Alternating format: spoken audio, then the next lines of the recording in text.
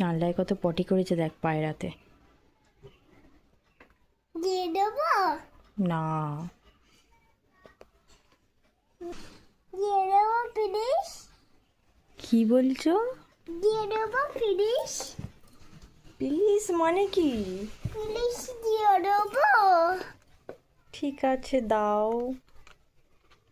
আবার please, please মানে কি বলতো? ই বাবা, রাস্তায় যদি লোকের গায়ে পড়ে যায় জলটা, তোকে এসে চাগিয়ে নিয়ে চলে যাবে। এই দেখো। আমি একটু দেবো প্লিজ, হ্যাঁ দাও। প্লিজ। দেবে? আমিও দিচ্ছি।